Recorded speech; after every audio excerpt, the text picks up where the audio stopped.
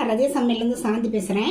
இன்றைக்கி நம்ம பார்க்க போகிற ரெசிபி வந்து கருவாடு கத்திரிக்காய் போட்டு குழம்பு நான் செய்ய போகிறேன். பாரம்பரிய முறையில் எப்படி செய்வாங்கன்ட்டு நான் எப்படி செய்கிறேன் உங்களுக்கு செஞ்சு காமிக்கிறேன். இதுக்கு வந்து கொல்லி கருவாடு வாங்கி இந்த மாதிரி சுத்தம் பண்ணி வச்சுருக்கேங்க. இதில் வந்து நம்ம வந்து நல்லா கொதிக்கிற தண்ணி வந்து ஊற்றி நல்லா ஒரு 20 நிமிஷம் நல்லா இருக்கணுங்க. அதை வச்சு நம்ம வாஷ் பண்ணி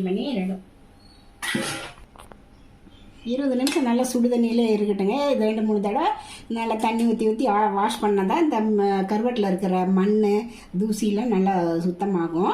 நான் வந்து ஒரு கடாய் அடுப்பில் வச்சுருக்கேங்க. அதில் வந்து ஒரு 1/2 டீஸ்பூன் வந்து ஜீரகம், 1/2 டீஸ்பூன் மிளகு, வெந்தயம் வந்து ஒரு 1/4 டீஸ்பூன் போட்டுக்கலாங்க. ஏன்னா வந்து அது கசக்கும். அப்புறம் சின்ன வெங்காயம் அது, அப்புறம் பூண்டு வந்து ஒரு 6-7 பூண்டு, சின்ன வெங்காயம் ஒரு 20 வெங்காயம் பக்கம் போட்டுருக்குறாங்க. நாட்டு வெங்காயம் அதான் குட்டி குட்டியாக இருக்குது. இது நல்லா கொஞ்சம் வெங்காயம் பூண்டு வதங்கட்டும். தக்காளி ஒன்று பெருசாக எடுத்துக்கிற மாதிரி கட் பண்ணி இருக்குங்க. அதையும் இதோட சேர்த்து வதக்கிக்கலாம். நல்லா தக்காளி வெங்காயம் பூண்டுலாம் வதங்கிடுச்சுங்க. தேங்காய் வந்து இந்த அளவுக்கு ஒரு கொஞ்சமாக போட்டு அதையும் சேர்த்து ஒரு வதக்கி நம்ம ஆஃப் பண்ணிக்கலாம். நமக்கு தேங்காய் வேணும்னா சேர்த்துக்கலாம், வேண்டாம்னாலும் இது வந்து ஸ்கிப் பண்ணிடலாங்க. இது நல்லா ஆற விட்டு நம்ம அரைச்சிக்கலாங்க. பாருங்கள், இந்த மாதிரி நல்லா ஃபைன் பேஸ்ட்டாக அரைச்சிட்டு வந்துடலாங்க. இது வந்து நான் கத்திரிக்காய் வந்து ஒரு 200 கிராம் அதை வாங்கி இந்த சைஸ்லாம் கட் பண்ணி வச்சுருக்கேன். மண் சட்டி வந்து அடுப்பில் வச்சுருக்கேங்க. அதில் 2 டேபிள் ஸ்பூன் ஆயில் விட்டுருக்கேன். நம்ம வந்து கருவாட்டு குழம்பு வந்து மண் சட்டியில் வச்சா தான் ரொம்ப டேஸ்ட்டாக இருக்கும். இதில் வந்து கொஞ்சம் 1/2 டீஸ்பூன் கடுகு போட்டுக்கலாம்.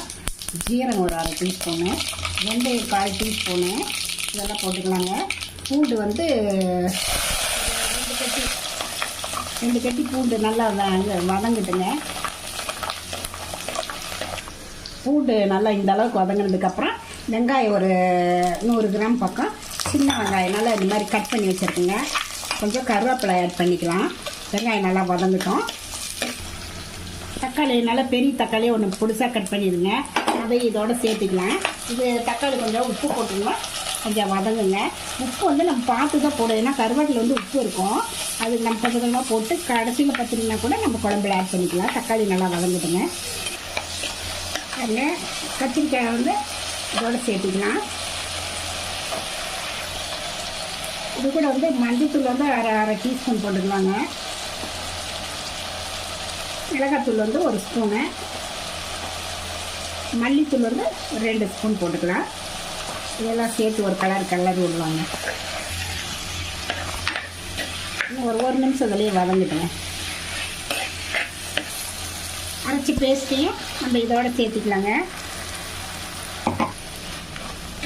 நல்லா கலர் விட்டு கொஞ்சம் தண்ணி விட்டுக்கலாங்க.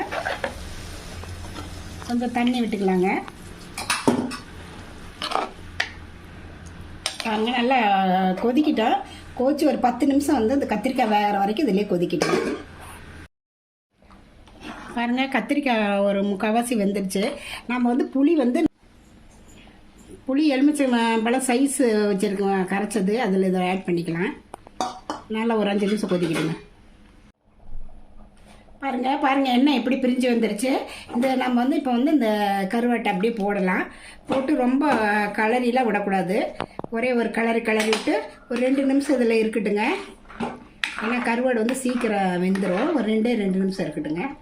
பாருங்கள், ரெடி ஆயிடுச்சு. பார்க்கவே எப்படி இருக்குது. இது வந்து களி கம்மஞ்சோத்துக்கெலாம் ரொம்ப நல்லாயிருக்கும். இது வந்து பாரம்பரியமான முறையில் நான் இப்படி கருவாட்டு குழம்பு செஞ்சுருக்கேன். நீங்களும் இது மாதிரி ட்ரை பண்ணி பார்த்துட்டு எப்படி இருக்குன்னு ரதியா சமையல் சப்ஸ்கிரைப் பண்ணுங்கள், லைக் பண்ணுங்கள், ஷேர் பண்ணுங்கள். அடுத்த வீடியோவில் ஒரு ரெசிபியோடு சந்திக்கிறேன். வணக்கம்.